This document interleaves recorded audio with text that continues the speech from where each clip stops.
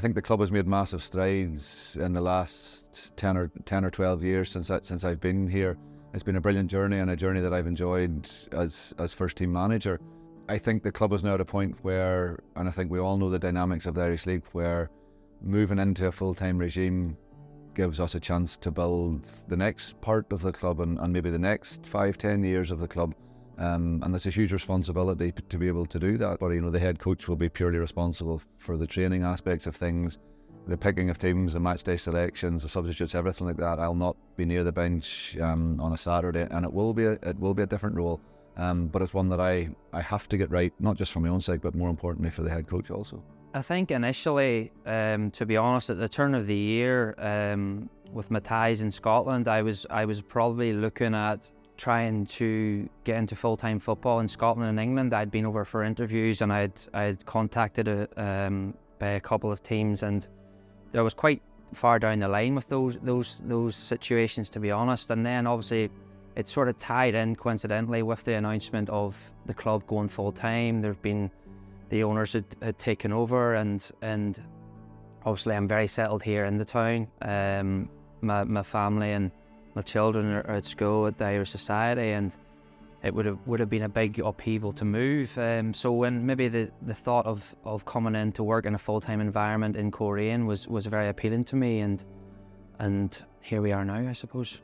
I think the move to full-time football obviously started 6 months ago in January. We signed some full-time players, and this is the journey we're on as a club, that we see, that, as we've said before so many times, the 5 teams that are currently above us in the league are doing something different. So we would like to, play some kind of catch-up, which was never going to happen in a part-time setup.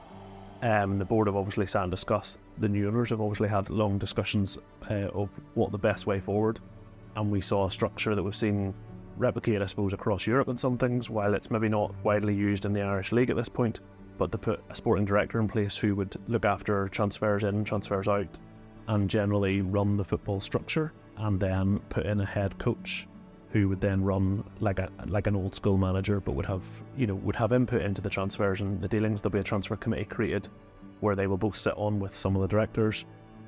So the board sat and discussed that, and liked the look of that structure, and felt it was our best way of making a step forward.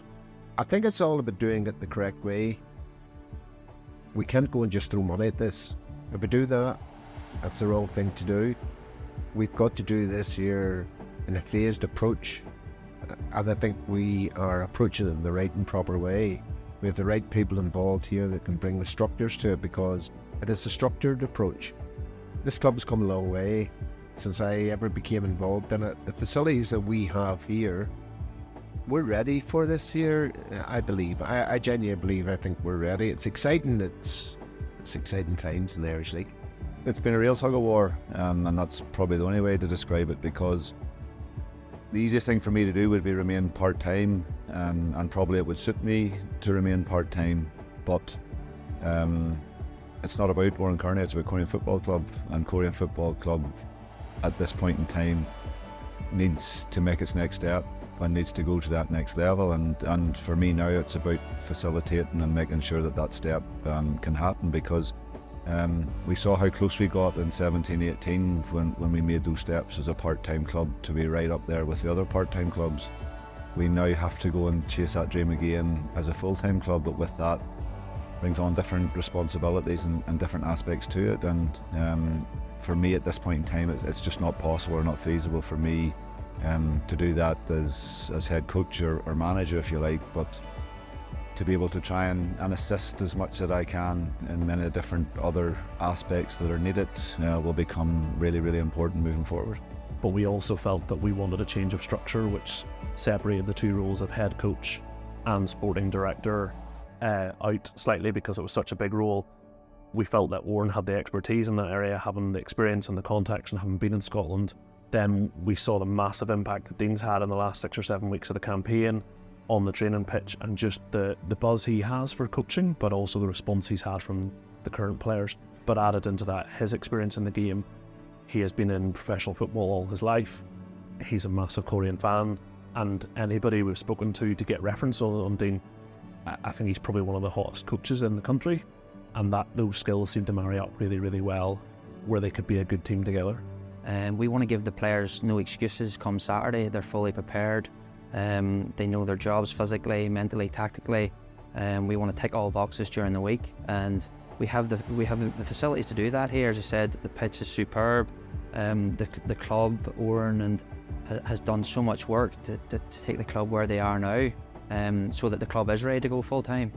And now it's just up to us to get it right during the week and on a Saturday. But I was really proud that I was able to stay across the water, play for some big clubs, and enjoy having great moments. I think playing for Northern Ireland always meant the world to me, and to achieve that. But I said, you don't have a career for that length of time across there without resilience.